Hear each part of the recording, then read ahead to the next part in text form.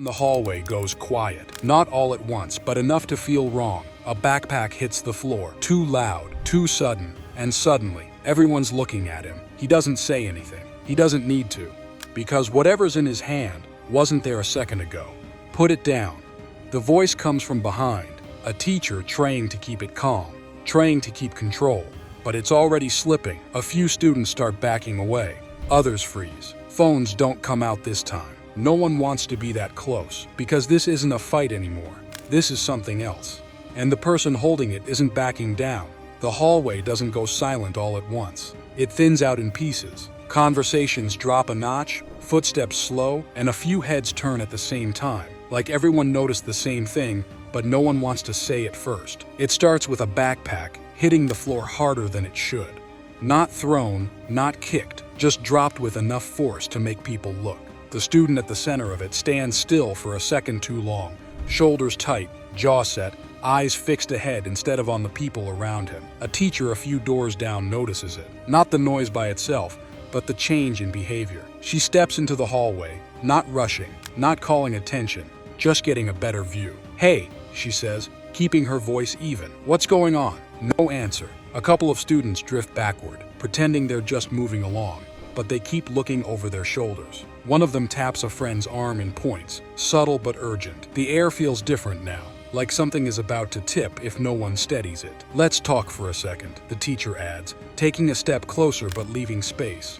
"You don't have to do this out here." The student's posture shifts just slightly. Not a step forward, not a step back, a hesitation. It's enough to tell her that whatever is happening isn't about the hallway, and it isn't about the people watching. It's something he brought with him. A second adult appears at the end of the corridor, responding to the look on the first teacher's face more than anything she said. He doesn't approach directly. He positions himself to the side, widening the space and giving the moment room to settle instead of crowding it. "Let's move to the office," he says, calm and clear. "We can sort this out there." A student nearby pulls out a phone, then stops. This doesn't feel like something to record. It feels like something to get away from. A few more people peel off, heading toward classrooms that suddenly feel safer than the open hallway. The teacher keeps her tone steady. "Take a breath," she says. "We can slow this down." The student finally looks at her, not for long, but long enough to show that he heard. His hands stay close to his sides. His breathing is shallow, quick, like he's deciding between two directions.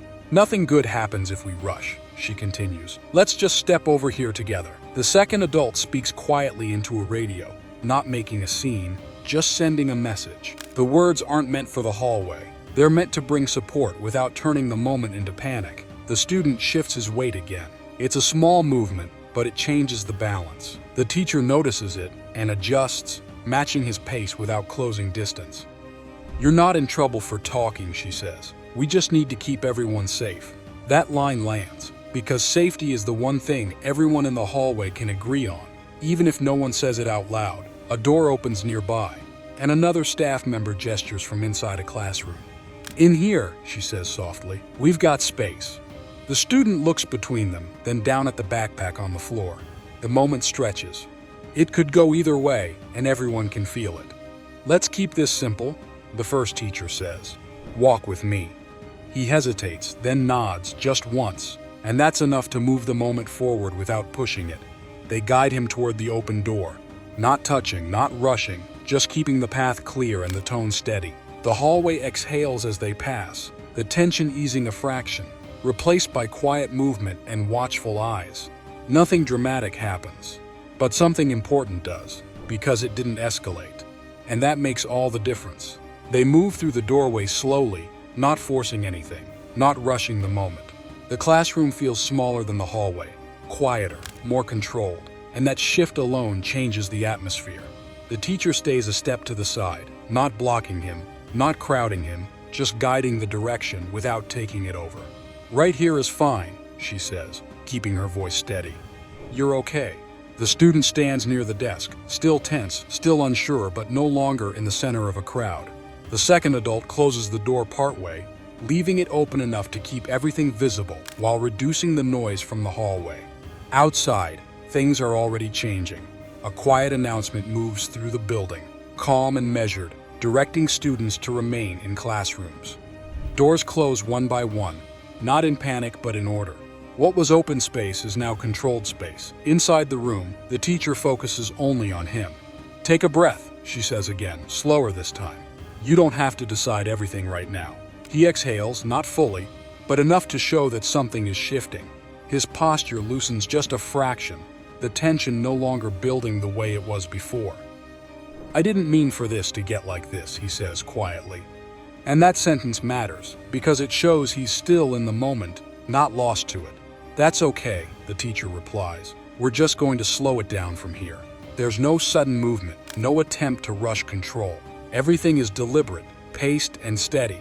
The second adult remains near the doorway, speaking briefly into a radio, confirming that the situation is contained, that there's no immediate escalation. Time stretches, but in a different way now. Not tense, not sharp, just careful. The student looks down at the floor, then back up, then finally nods once. "Okay," he says. That's the turning point. Not dramatic, not loud, but clear. A few minutes later, trained staff arrive, not rushing in, not overwhelming the space, but stepping into it with the same controlled presence. They speak calmly, ask simple questions, and keep the focus exactly where it needs to be. The student listens, responds, stays where he is. Outside the classroom, the hallway remains quiet, but not frozen anymore. Teachers move between doors, checking on students, keeping communication steady. The tension that had built earlier doesn't disappear instantly, but it begins to fade because the situation didn't escalate, it was contained. Inside, the teacher takes a small step back, giving space now that it's safe to do so. She doesn't need to guide anymore. The moment has already shifted. "You did the right thing," she says quietly. And this time it's true. The situation moves toward resolution from there. Procedures take over, support systems activate, and what could have become something far worse is instead handled the way it should be. Carefully, deliberately, without adding more pressure than necessary. Later, when everything settles, the hallway looks the same again. Lockers, voices, movement. But it isn't the same. Because the people who were there felt it. That moment where everything could have gone wrong. That point where one decision could have changed everything. And what stopped it wasn't force. It wasn't panic. It wasn't control in the way most people think of it. It was timing, awareness, and someone choosing to slow the moment down before it went too far, because situations like this don't always explode. Sometimes they build quietly, piece by piece, until someone notices and decides to stop it there. That's the part people don't see. Not the chaos, but the moment that prevented it. And that moment is what made all the difference.